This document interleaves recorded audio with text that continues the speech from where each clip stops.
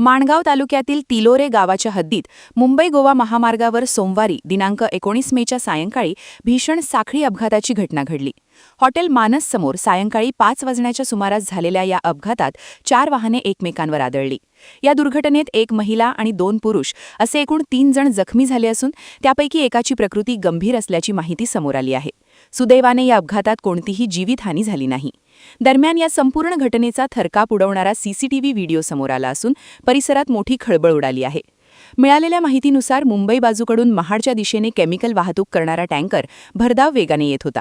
त्यावेळी Indian oil petrol पंपातून बाहेर पडणाऱ्या अर्टिगा कारला टँकरने प्रथम जोरदार धडक दिली. त्यानंतर त्याच टँकरने पंपातून बाहेर निघणाऱ्या खासगी प्रवासी बसला धडक दिली. धडकेची तीव्रता इतकी होती की बस पुढे जाऊन पेट्रोल पंपाबाहेर उभ्या असलेल्या रिक्षावर आदळली. या भीषण आणि विचित्र अपघातात 4ही वाहनांचे मोठ्या प्रमाणात नुकसान झाले आहे. अपघातानंतर घटनास्थळी काही काळ गोंधळाचे वातावरण निर्माण झाले होते. महामार्गावरील वाहतूकही काही काळ विस्कळीत झाली होती. अपघाताची माहिती मिळताच माणगाव पोलीस तातडीने घटनास्थळी दाखल झाले. स्थानिक नागरिकांच्या मदतीने जखमींना बाहेर काढून पुढील उपचारासाठी माणगाव उपजिल्हा रुग्णालयात दाखल करण्यात आले. त्यापैकी एका जखमीची प्रकृती गंभीर असल्याचे समजते.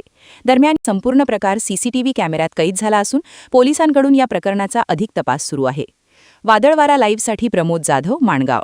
नवी मुंबई व रायगड जिल्ह्यातील ताज्या बातम्या आणि घडामोडींसाठी सबस्क्राईब करा वादळवारा लाईव्ह चॅनल आणि दाबा बेल आयकॉन.